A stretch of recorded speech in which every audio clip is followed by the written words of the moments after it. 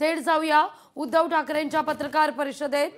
उद्धव ठाकरे भाजपने केलेल्या आरोपांना काय उत्तर देणार हे पाहणं महत्त्वाचं आहे। उद्धव ठाकरेंच्या पत्रकार परिषदेला काही क्षणात सुरुवात।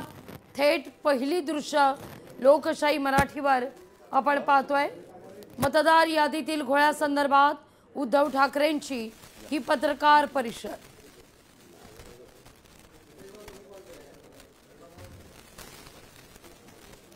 या संदर्भात उद्धव ठाकरे बोलतायत, थेट जाऊया।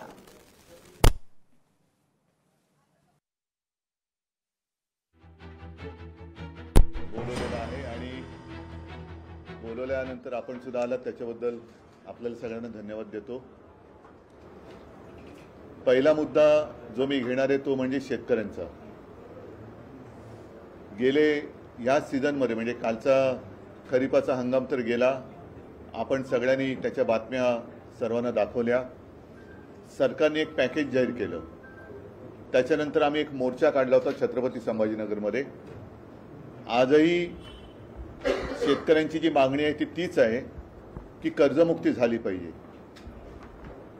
आता माझ्या माहितीप्रमाणे अतिवृष्टीनंतर आज का उद्या केंद्राचं पाहणी पथक येणार आहे आणि या पाहणी पथकाचा दौरा जो काही माझ्या निदर्शनास आलेला तो केवळ 2-3 दिवसाचा आहे। 2-3 दिवसामध्ये एवढ्या मोठ्या मराठवाड्याचा दौरा आणि संपूर्ण महाराष्ट्राचा हे केंद्रीय पथक करणार कसा, कुठे नेमकं जाणार आणि त्याच्यानंतर त्यांना नुकसानीचा अंदाज आल्यानंतर ते प्रस्ताव कधी पाठवणार। मुळामध्ये पंतप्रधान जे बोलले होते आपल्या मुख्यमंत्र्यांना की तुम्ही प्रस्ताव पाठवा, मला नाही वाटत अजून राज्य सरकारकडनं कोणताही प्रस्ताव केंद्राकडे गेलेला आहे। हे थोडं आहे म्हणूनच आज सुद्धा जी बातमी आलेली आहे की पीक विम्याच्या नुकसान भरपाई पायी अवघे 2 रुपये आणि काही पैसे हे आपल्या ठाणे पालघर जिल्ह्यातल्या शेतकऱ्याला मिळालेले आहेत। म्हणजे ही थट्टा चाललेली आहे। कर्जमुक्तीसाठी शेतकरी जेव्हा रस्त्यावरती आता उतरला होता त्याला पुढच्या जूनचा वायदा मुख्यमंत्र्यांनी केलेला आहे आणि त्यावेळेला मी काही प्रश्न उपस्थित केले होते की पुढच्या वर्षी जूनमध्ये जर कर्ज माफ होणार असेल तर तोपर्यंत आतापर्यंत डोक्यावरती असलेल्या कर्जाचा जो डोंगर आहे त्याचे हप्ते शेतकऱ्यांनी भरायचे की नाही भरायचे। आता जो रब्बीचा हंगाम येतोय त्याच्यासाठी नवीन कर्ज कसं मिळणार, कारण जमीनच गेलेली आहे वाहून। मग ते कर्ज मिळाल्यानंतर त्याचे सुद्धा हप्ते भरायचे की नाही भरायचे। आणि सगळ्यात महत्त्वाचा प्रश्न म्हणजे जे एक अतर्क्य असं विधान मुख्यमंत्र्यांनी केलेलं आहे की बँकांचा फायदा होईल कर्जमाफी केली तर, म्हणून आम्ही कर्जमाफी करत नाही आहोत। मग आत्ता जर का कर्जमाफी केली तर बँकांचा फायदा होणार आणि जूनमध्ये केली तर तो फायदा होणार नाही। हे कोणतं कसं काय गणित, कारण त्यांचं अर्थशास्त्र हे चांगलं आहे असं त्यांना वाटतं, तर त्यांनी त्याचा एक खुलासा केला पाहिजे। माझं तर स्पष्ट मत आहे, मी मुख्यमंत्री झाल्यानंतर माझं पहिलं अधिवेशन हिवाळी अधिवेशन आणि एकच अधिवेशन मी मुख्यमंत्री म्हणून झालं होतं नागपूरला। कोणताही अभ्यास न करता, कोणीही मागणी न करता मी माझ्या राज्यातल्या शेतकऱ्याला 2 लाखापर्यंतचं पीक कर्ज हे माफ केलं होतं, मुक्त केलं होतं। आता ती सिस्टीम लागलेली आहे, ती माहिती गोळा झालेली आहे, डेटा सगळा तसाच आहे। मग जी योजना आम्ही यशस्वीपणाने अंमलात आणून दाखवली होती ती संपूर्ण सिस्टीम तशी आहे, डेटा तसाच आहे। तर त्याच महात्मा फुले कर्जमुक्ती योजनेचा दुसरा टप्पा सरकारने आता जाहीर का करू नये, आता जाहीर करू शकतं ते, कारण सगळं त्यांच्याकडे माहिती आहे। आम्ही कसं केलं, काय केलं हे सगळं माहिती आहे। शेतकरी आजही मी कुठे गेलो तरी सांगतो की साहेब तुम्ही आमची कर्जमुक्ती केली, कर्जमाफी केली, या सरकारला करायला लावा। म्हणजे आम्ही केलं होतं हे आता लोकांनी मान्य केलेलं आहे आणि कोणाला विचारलं तर लोक सांगतात की तुम्ही केली होती। तर तो सगळं पूर्ण यंत्रणा तिकडे आहे, डेटा आहे। त्याच्यात आणखीन काही सुधारणा असेल तर ती करा, पण डेटा आहे। आम्ही कोणती अट शर्ती बिरती अभ्यास कोणती परदेशी समिती आमच्याकडे नव्हती, सगळं स्वदेशी होतं आणि शेतकऱ्याशी आम्ही प्रामाणिकपणाने कर्जमुक्ती करून तसे वागलो। तसंच हे सरकार आता का वागत नाही। मी तर 5 तारखेपासून मराठवाड्यामध्ये संवाद दौऱ्यावरती जाणार आहे। इथे माझ्या कोणत्याही जाहीर सभा नसतील, शेतकऱ्यांशी मी थेट संवाद करणार आहे। जे पोकळ आश्वासन मुख्यमंत्र्यांनी दिलं होतं की दिवाळीपर्यंत, दिवाळीच्या आत काही पैसे शेतकऱ्याला मिळतील. काही पैसे त्यांनी काही हजार कोटी इथून तिजोरीतून रिलीज केलेत असं म्हणतात. तर मी शेतकऱ्यांना जाऊन विचारणार आहे, मिळाले असतील तर आनंद आहे.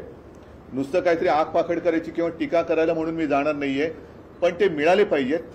त्याच्यात महत्त्वाचा मुद्दा असा आहे की आज शेतकऱ्याला बाकी मदतीची अपेक्षा किंवा गरज आहेच, पण त्याच्या आधी ज्यांची जी खरडून गेलेली जमीन आहे ती जमीन पूर्ववत करण्यासाठी शेतकरी सांगतोय पहिले मला माती द्या, पहिली माती द्या. ती मातीच जर का अजून मिळाली नसेल तर तुम्ही पुढच्या गोष्टी कशा करणार. आणि दर हेक्टरी 50,000 रुपये हे शेतकऱ्याची मागणी आहे. त्याचप्रमाणे कर्जमुक्ती झाली पाहिजे ही शेतकऱ्याची मागणी आहे. इतर बाकी अनेक गोष्टी आहेत. मी शेतकऱ्यांना जाऊन भेटणार आहे आणि शेतकऱ्यांना विचारणार आहे की जे पॅकेज जाहीर केलं होतं त्यातलं तरी किती आलेलं आहे. कारण खरडून गेलेल्या जमिनीला 3 का 3.5 लाख रुपये मनरेगातून देणार होते. आम्ही मोर्चा काढला होता. त्या मोर्चात मी मागणी केली होती की दिवाळीपूर्वी त्या 3 लाखातले पहिले 1 लाख रुपये तरी शेतकऱ्याच्या खात्यामध्ये टाका, मग पुढचे नंतर तुम्ही देत राहा. मग तुम्ही नोव्हेंबरमध्ये द्या, डिसेंबरमध्ये द्या, असे द्या, पण पहिले 1 लाख रुपये तर द्या. तर तेही दिले तसं मला काय वाटत नाही. तर नेमकं सरकार काय करणार आहे आणि शेतकऱ्याच्या हातात आत्तापर्यंतच्या घोषित झालेल्या पॅकेजपैकी काय मिळालेलं आहे. गाई म्हशी मिळालेल्या आहेत का, शेळ्या मिळालेल्या आहेत का, कोंबड्या मिळालेल्या आहेत का, इतर पैसे मिळाले आहेत का. मग त्याच्यानंतर रब्बीचा हंगाम येतोय, त्याचं कर्ज कसं मिळणार, त्याचं बी बियाणं वगैरे वगैरे या सगळ्या गोष्टी याची चर्चा करण्यासाठी मी मराठवाड्यात जाणार आहे. हा एक मुद्दा महत्त्वाचा आहे. कारण बाकी मुद्द्यांमध्ये हा मुद्दा मग काय होतो की अतिवृष्टी झाली का तेवढ्यापुरतं तो मुद्दा वरती येतो आणि सरकारला पण माहिती आहे की थोडे दिवस ढकलले का मुद्दा मागे पडतो. पण आम्ही हा मुद्दा सोडणार नाही. शेतकऱ्याला कर्जमुक्त करावंच लागेल. शेतकऱ्याचं जे आयुष्य उद्ध्वस्त झालेलं आहे ते आयुष्य पूर्ववत करण्यासाठी शिवसेना पूर्ण ताकदीनिशी शेतकऱ्याच्या सोबत आहे आणि त्याच्यासाठी मी पुन्हा एकदा मराठवाड्यात जातोय. हा एक महत्त्वाचा विषय झाला. दुसरा मतचोरीचा जो मुद्दा आहे, परवा प्रचंड मोर्चा म्हणजे संयुक्त महाराष्ट्राच्या चळवळीनंतर जवळपास सगळे राजकीय पक्ष पहिल्या प्रथम महाराष्ट्रामध्ये एकवटले आणि त्यांनी सरकारला किंवा निवडणूक आयोगाला जाब विचारलेला आहे. त्या माझ्या भाषणामध्ये मी असं म्हटलं होतं की आता आम्ही मतदारांची ओळख केंद्रे, मतदार ओळख केंद्र ही सुरू करतो शाखांमधून. त्याची सुरुवात आता होईल. कारण 6 तारखेला ती यादी प्रसिद्ध होईल. त्याच्यानंतर मला वाटतं पुढच्या आठवड्याभरामध्ये आक्षेप आणि काही सूचना असतील त्या स्वीकारल्या जातील. तर आत्ताच ती वेळ आहे. कारण आता जर का कोणी झोपलं तर तो संपला. मी माझं स्वतःचं उदाहरण त्या दिवशी दिलं की माझ्याचकडे माझ्या मतदार यादीतल्या नावाचं व्हेरिफिकेशनसाठी निवडणूक आयोगाची लोकं आली होती. म्हणजेच काय की हे सक्षम नावाचं जे काय ॲप आहे ते ॲप आणि निवडणूक आयोगाचं सर्व्हर हा निवडणूक आयोगाकडनं हाताळला जात नाही आहेत अशी आम्हाला आता शंका येते आहे. अजून आम्ही आरोप करत नाही आहोत, शंका येते आहे. आणि केवळ माझं नाव आहे त्याच्यात म्हणून निवडणूक आयोगाची लोकं ही चौकशी करायला आली. सर्वसामान्यांच्या बाबतीमध्ये असं जर का झालं असेल किंवा होत असेल तर त्यांनी दाद कधी मागायची, कोणाकडे मागायची आणि नाव वगळलं गेलं तर निवडणुकीच्या दिवशी त्यांना मतदानच करता येणार नाही. एक विषय लक्षात घेण्यासारखा आहे की हे माझ्याकडे आले कसे, याचं कारण कोणीतरी एका नंबरवरून माझ्या नावाने तिकडे ॲप्लिकेशन करण्याचा प्रयत्न केला. त्या नंबरवर जर का OTP आला असता तर पुढचं सगळं हॅक झालं असतं आणि कदाचित माझ्या कुटुंबातली माझ्यासकट 4 नावं ही वगळण्यात सुद्धा आली असती. याच्या मागे नेमकं कोण आहे, कोणाचा डाव आहे, काय डाव आहे याची एक खातरजमा करून तर घ्यायला पाहिजे. आणि म्हणून जसे आम्ही सगळे राजकीय पक्ष, सत्ताधारी सोडून द्या पण बाकीचे राजकीय पक्ष एकवटलेले आहेत, आम्ही आमच्या शाखांमधनं मतदारांच्या सोयीसाठी ही केंद्र उघडतो आहोत. या केंद्रामध्ये मी नागरिकांना विनंती करतोय की आपल्याला मतदान करता येणार आहे की नाही, आपलं नाव या यादीत आहे की नाही हे आपण आमच्या शाखेत येऊन तपासा. आणि जर का त्याच्यामध्ये काही तुम्हाला वाटलं गोंधळ आहे तर तो वेळेत आपल्याला सुधारता येईल. हा एक भाग. दुसरा भाग असा आहे की मी मतदारांना आणखीन एक विनंती करेन, ही निवडणूक आयोगाची भुताटकी आहे. एकेका घरामध्ये 40-40, 50-50 नावं ही नोंदली गेलेली आहेत. तर मी मतदारांना आवाहन म्हणजे विनंती करतोय की आपल्याला न दिसणारी, आपल्या परवानगीशिवाय न राहणारी, आपल्या परवानगीशिवाय राहणारी आपल्या घरामध्ये कोणी माणसं आहेत का, ही निवडणूक आयोगांची भूतं उभी केलेली आहेत ती आपल्या घरात राहत तर नाहीत ना, याची सुद्धा खात्री करायला पाहिजे. म्हणून जिथे जिथे आमची केंद्र उघडली जातील तिथे आसपासच्या वस्तीतील सर्व जात पात धर्माच्या मतदारांनी तिथे येऊन ही मतदार यादीची तपासणी करावी. आपलं नाव तिकडे आहे की नाही हे तपासावं. तिकडनं कुठे वगळलं गेले का, आणखीन कुठे बरं आपलं वयामध्ये काय फरक झालाय का, आपला धर्म बदललाय का, लिंग बदल झालाय का, हे सगळं आपण येऊन तपासावं, हे मी मतदारांना एक आवाहन करतोय. त्याचबरोबरीने आम्ही जी एक मागणी केलेली आहे की 1 जुलै ही कट ऑफ डेट ठेवलेली आहे. 1 जुलै नंतर 18 वर्षाची जी मुलं आणि मुली झालेली आहेत त्यांचा मतदानाचा अधिकार या निवडणुकीला वापरता येणार नाहीये. तुम्ही जगभर बघता आहात की याच वयातली मुलं ही रस्त्यावरती येतात आणि क्रांती करतात, ज्यांना आपण जेनझी म्हणतो. तर हे सरकार जेनझीना का घाबरतंय? जर लोकसभा ते विधानसभा या 6 किंवा 5 महिन्याच्या कालावधीमध्ये परकला प्रभाकर म्हणजे आपल्या निर्मला सीतारामन यांचे यजमान त्यांनी सांगितलेलं आहे की जवळपास 45 लाख मतदार महाराष्ट्राच्या यादीमध्ये घुसवले गेले. जर त्या 4 महिन्यामध्ये 45 लाख मतदार हे कोणी घुसवले, कुठे गेले, काय करतायत हा एक प्रश्न आहे. पण घुसवले गेले असतील तर 1 जुलै नंतर अधिकृतपणे ज्यांना मतदानाचा अधिकार मिळाला पाहिजे ती महाराष्ट्राची तरुण मुलं मुली मतदान का करू शकणार नाही? म्हणून मी त्याही सगळ्या मुलांना आणि मुलींना एक विनंती करतोय की तुम्ही देखील आमच्या शाखेत या आणि तुमचं नाव तिकडे नोंदवा. आपल्याला कळेल की किती लाख मुलांना आणि मुलींना मतदानापासून आपण वंचित ठेवतो आहोत. तर अशा काही या गोष्टी आहेत. आणखीन आपण काही प्रश्न विचारले तर मला त्याच्याबद्दल बोलता येईल. पण मुळात एक मी तुम्हाला सांगितले की शेतकऱ्यांचा विषय आम्ही सोडत नाही आहोत. आणि दुसरी गोष्ट मतचोरीचा विषय तर आम्ही सोडणार नाही. आम्ही परत एकदा सांगतो की निवडणूक आयुक्त जे आहेत त्यांना सुद्धा एक पत्र दिलेलं आहे की एवढा सगळा गडबड घोटाळा हा बाहेर आल्यानंतर आपण राज्य निवडणूक आयोगाला सुधारित यादी मतदाराची होत नाही तोपर्यंत स्थानिक स्वराज्य संस्थांच्या निवडणुका घेऊ नयेत अशी आमची मागणी आहे. आम्ही निवडणुका घेऊ नका असं म्हणत नाही, पण निवडणुका घेताना सदोष मतदार यादीवरती ही निवडणूक होता कामा नये. ही निवडणूक आयोगाची करप्ट प्रॅक्टिस आहे. जसं आम्हाला ते सांगतात करप्ट प्रॅक्टिस, तसं निवडणूक आयोगाची ही करप्ट प्रॅक्टिस आहे. आणि ते कोणाची नोकरी करतायत हे आता हळूहळू उघड होत चाललेलं आहे. आपण कर्जमाफीचा मुद्दा हा निवडणुकांमध्ये येऊ नये म्हणूनच सरपंच आंदोलन हे केलं गेलं का? आणि त्यानंतर मला त्याच्याबद्दल काही बोलायचं नाहीये. मला शेतकऱ्यांचा विषय आहे. त्याच्यामध्ये आणखीन कोणी शेतकऱ्यांच्या मदतीसाठी उतरत असेल तर जरूर उतरावं, पण शेतकऱ्यांना कर्जमुक्त करावं. पंचनामे करणारेच अधिकारी जे आहेत ते शेतकऱ्यांकडून पैसे मागतानाचे व्हायरल होताना बाहेर होतात. पंचनामे करणारेच अधिकारी शेतकऱ्यांना मी आता म्हणूनच जातो आहे, कारण शेतकऱ्यांना काय होतं की तेवढ्या पुरतं सगळीकडे शेतकरी होतं आणि मग त्यांना वाऱ्यावर सोडलं जातं. मी त्यातला नाहीये. मी आपत्ती आल्यानंतर सुद्धा दुसऱ्या तिसऱ्या दिवशी गेलो होतो. त्याच्यानंतर मोर्चाला सुद्धा गेलो. आता परत 4 दिवस मी मराठवाड्यात जातो आहे. त्याच्यानंतर कदाचित विदर्भामध्ये पण जाईन, इतरत्र सुद्धा मी जाईन आणि शेतकऱ्यांशी थेट संवाद साधेन. जाहीर सभा मी घेणार नाही, पण जसं आता मी आपल्याशी बोलतोय तसं शेतकऱ्यांशी जाऊन मी बोलणार. एक मिनिट, एक पहिला शेतकरी विषय पूर्ण करा. नाही, एकच सेकंद ऐका, एकच मिनिट. आधी शेतकरी विषय पूर्ण करा. तो झाला असेल तर मी पुढे जातो. हो, म्हणूनच एकच मिनिट. अधिकारी जे पैसे मागतात म्हणून मी तिकडे जाऊन शेतकऱ्यांशी बोलणार आणि कोण असे अधिकारी आहेत त्यांचा सुद्धा काय समाचार घ्यायचा तो आम्ही घेऊ. उद्धवजी, शेतकरी कर्जमाफीच्या बाबतीत तुम्ही जी भूमिका मांडतात आणि आता मुख्यमंत्र्यांनी 30 जून 2026 ही तारीख दिली आहे. कोपऱ्याला गुळ लावलाय. त्या बैठकीनंतर लगेच दुसऱ्या दिवशी राज्याचे उपमुख्यमंत्री जाहीर सभेत असं म्हणतात की नियमित कर्ज भरा असं शेतकऱ्यांना सांगतायत. कर्जमाफी मागणं ही सवय चांगली नाही. हे मला खरंच आता नेमका शब्द सुचत नाही, कारण यांना संवेदना तर कधीच मेलेले आहेत. निर्डावले पण सुद्धा कमी पडते. यांना दगड सुद्धा म्हणजे दगडाला सुद्धा पाझर फुटू शकतो, पण यांना फुटत नाहीये. हे महाराष्ट्राचं दुर्दैव आहे. एक तर या लोकांना खरं उपमुख्यमंत्री म्हणता कामा नये, कारण संविधानात तशी तरतूद नाहीये. म्हणून राज्याचे अर्थमंत्री जे बोलले त्यांनीच सांगितले की निवडणुकीच्या आधी आम्हाला हे बोलावं लागतं.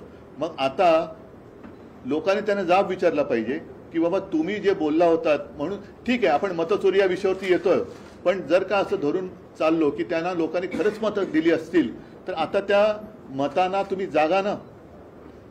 आता तर कर्जमुक्त करायलाच पाहिजे. बरं, 30 जून हा कोणता मुहूर्त आहे?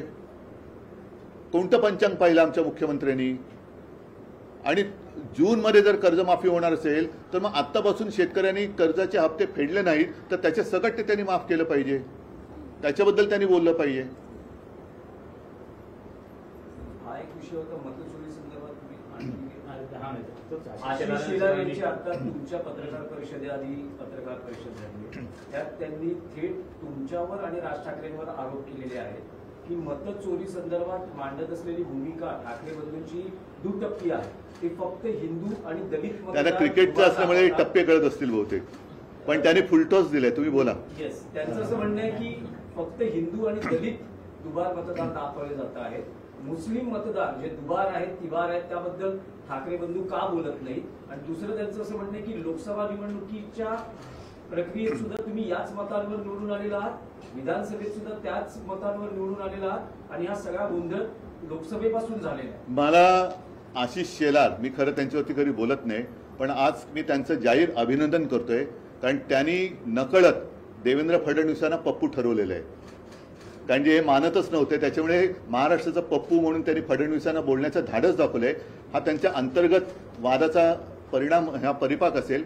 कारण आशिष शेलारनी पत्रकार परिषद घेतली ती सुद्धा अशा मुहूर्तावरती घेतली की काल कदाचित रात्री उशिरा किंवा आज सकाळी आपल्या राज्याचे मुख्यमंत्री बिहारमध्ये घसा कोरडा करून येणार होते. ते घसा कोरडा करून आल्यानंतर आता त्यांनी हे अमृत पाजलं की काय आरोपाचं किंवा माहितीचं हे काय कळत नाही. पण याचा अर्थ सरळ आहे की आशिष शेलारनी सुद्धा हे सिद्ध केलेलं आहे की मतदार यादीमध्ये गोंधळ आहे. आणि आम्ही जेव्हा निवडणूक आयोगाकडे मागणी करतो तेव्हा आमचं एक वाक्य असं दाखवा की तुम्ही या मतांमध्येच सुधारणा करा. आम्ही पूर्ण मतदार यादीमध्ये सुधारणा मागतो आहोत त्याच्यामध्ये. आणि दुसरी गोष्ट काय की कदाचित त्यांची उठबस तिथे असल्यामुळे त्याने ती नावं मिळाली असतील. आमची उठबस तिकडे कमी आहे म्हणून आम्हाला ही नावं मिळाली असतील. त्याच्यामुळे आम्ही जी मागणी केलेली आहे ती संपूर्ण मतदार यादी सदोष आहे आणि ती सुधारणा होत नाही तोपर्यंत निवडणुका घेऊ नका ही आमची मागणी आहे. पण आशिष शेलार यांचं धाडस हे कौतुकास्पद आहे. नाहीतर साधारणतः आपल्या नेत्याच्या विरोधात बोलण्याचं धाडस हे आता भाजपवाल्यांच्या अंगात राहिलेलं नाही.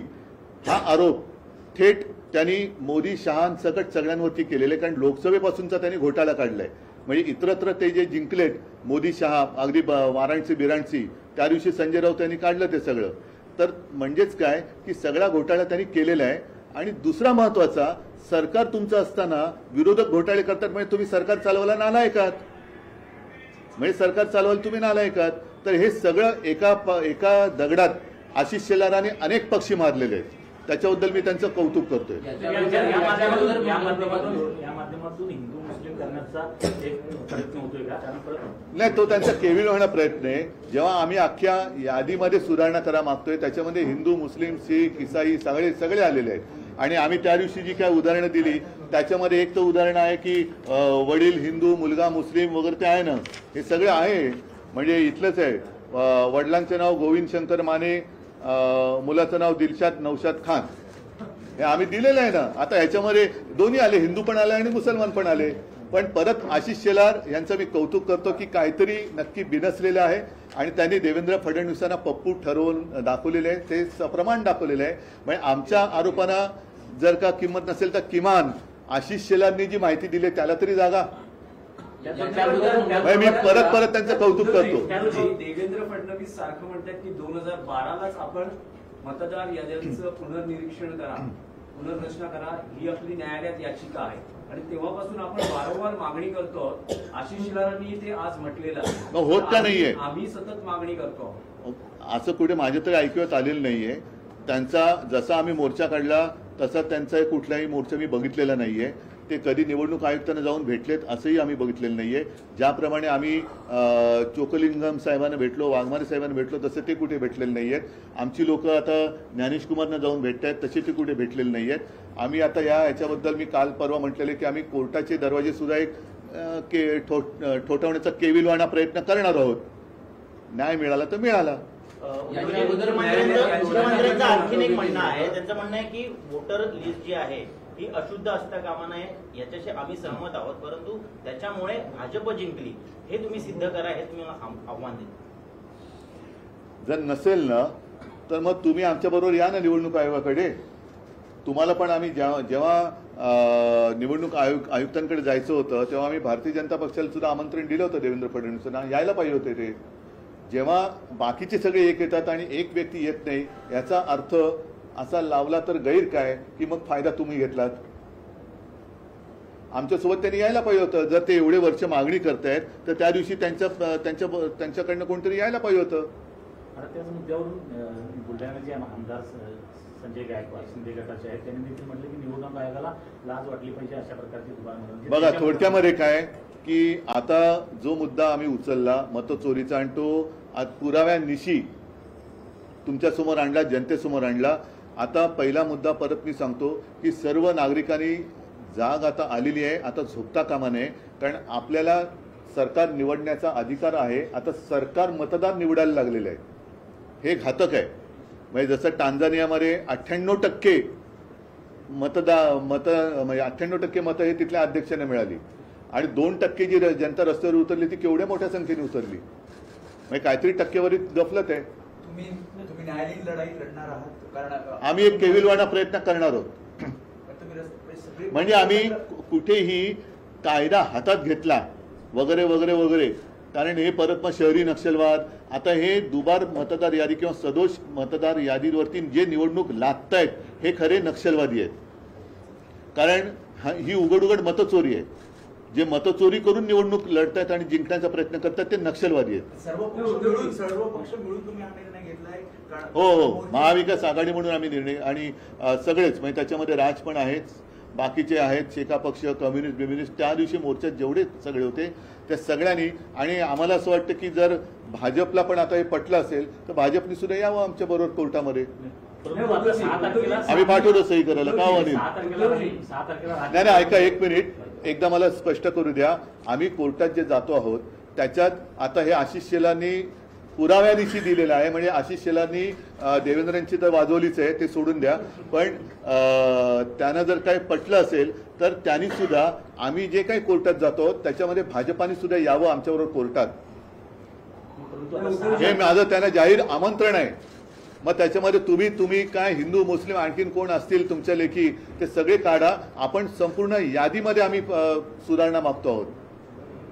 उद्धवजी, तुम्ही आणि राज ठाकरे दोघंही एक विधान करतात की बोगस मतदार कोणी दिसला तर त्याला बळवा किंवा थोबळवा किंवा मार.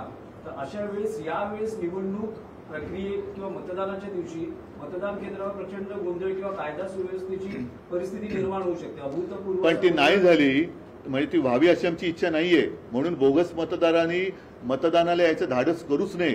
कारण आता आम्ही नावानिशी आणि पत्त्यानिशी सगळीकडे चेकिंग करतो.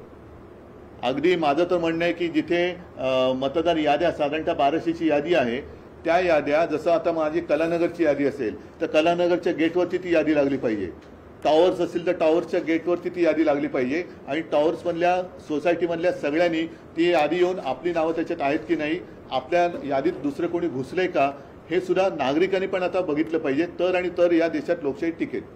प्रश्न आहे की 12 नोव्हेंबर नाही, आता एक उदाहरण त्या दिवशी आदित्यने दिलं, घसीटाराम हलवाई जे दुकानच कधी तोडलेले आहे तर दुकानाच्या नावावरती 30 का 40 48 नावं मतदार म्हणून रजिस्टर झाली, जे दुकानच अस्तित्वात नाही. आता अशी जर का लोक येऊन मतदान करायला लागली तर तुम्ही कसं काय तुमची लोकशाही जिवंत ठेवणार? उद्धव जी से हिंदी में जानना चाहेंगे, वोट जिहाद का आरोप आशीष शेलार लगा रहे हैं. उनका कहना है कि मुस्लिम और दलित वोटरों को पीटने की बात आप और राज ठाकरे कह रहे हैं, लेकिन मुस्लिम दलित और हिंदू वोटों नहीं, पहले तो मैं उनका अभिनंदन करना चाहता हूं क्योंकि बीच में हमारे मुख्यमंत्री जी ने कहा था कि ये तो पप्पू, तो उन्होंने अपने मुख्यमंत्री जी को ही पप्पू कैसे हैं वो आज साबित कर दिया। और किसी ने तो हिम्मत दिखाई, आशीष शेलार को मैं धन्यवाद देना चाहता हूँ। हिम्मत दिखाई है उन्होंने, जो उनका सब कारोबार चला हुआ है वो चोरी का मामला है, वोट चोरी कर उन्होंने सरकार बनाई है और वो उन्होंने आज सबके सामने लाया है। और हमारी जो मांग है, हमने ऐसे कभी नहीं कहा कि सिर्फ इनके जो वोट है ये काटो और इनके वोट रखो, हमने तो पूरी जो लिस्ट है उसमें सुधार करने की आवश्यकता है और यही मांग लेके हम आगे जा रहे हैं। तो कभी हमने उसमें धर्म की बात नहीं की, हमने बोगस वोटर की बात की है।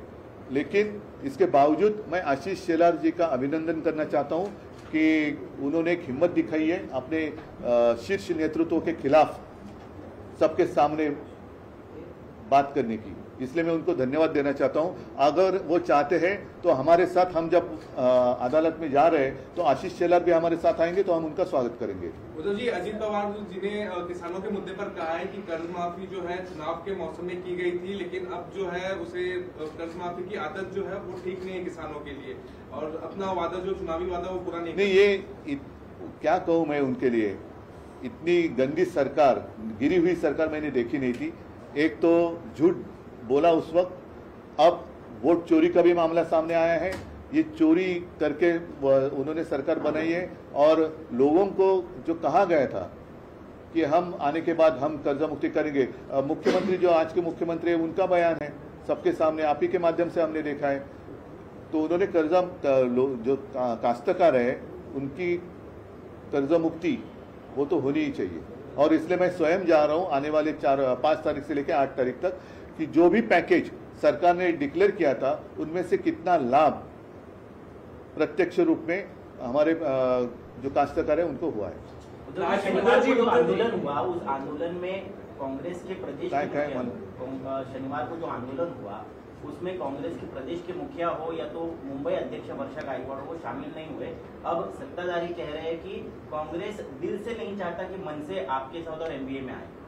इसलिए मैं फिर से आशीष शेलार का अभिनंदन करना चाहता हूं, क्योंकि एक तो कोई हिम्मत वाला है जो अपने नेतृत्व के खिलाफ बातें कर रहा है, तो उन्होंने अपने अंदरूनी जो बात है उसके ऊपर ध्यान देना चाहिए कि ऐसे लोग ज्यादा देर तक आप उनको दबा नहीं सकते।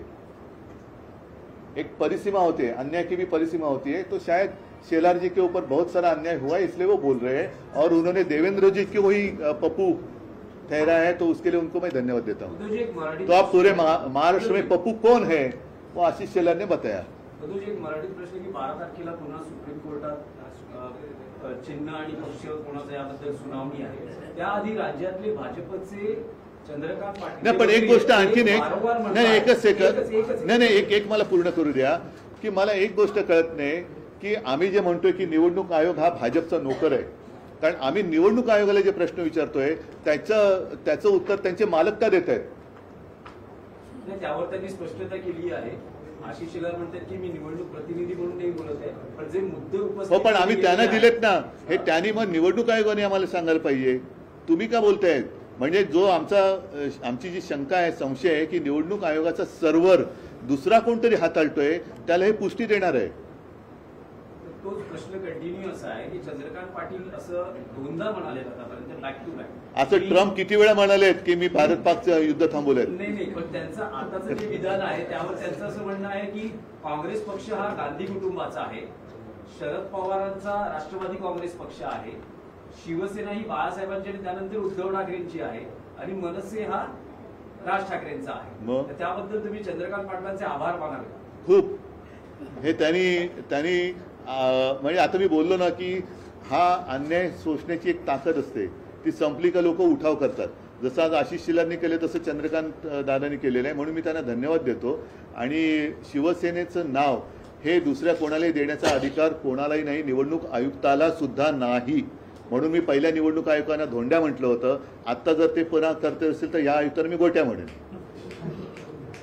उद्धव जी, राज्य में 2 बड़ा मुद्दा है इस वक्त, किसानों का और वोट चोरी का, और इस बीच में महाराष्ट्र सरकार ने राष्ट्रगीत के 150 वर्ष पूरे होने पर जो है तमाम स्कूलों में राष्ट्रगीत जो वंदे मातरम है वो उसकी प्रदर्शनी लगवाई है। और क्या ये तमाम... मैं तो पहले 2 मुद्दे पर बात करना चाहता हूँ। एक मुद्दे ये क्या करते हैं कि अगर कुछ बातें उनके गलत तक आती है तो वो गुमराह करते।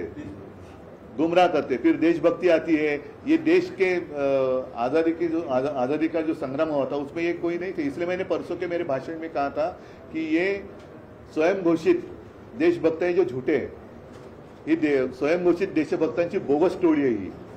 उद्धवजी तुमची मनसे सोबतची युती अधिकृतपणे कधी जाहीर करतात? कारण तुम्ही व्यासपीठावर तर बोलतात एकत्र आलो आहोत, एकत्र राहणार आहोत, मराठी माणसासाठी एकत्र आलेलो आहोत वगैरे वगैरे, पण ऑफिशियल युती कधी घोषित होते? जेव्हा जाहीर होईल तेव्हा।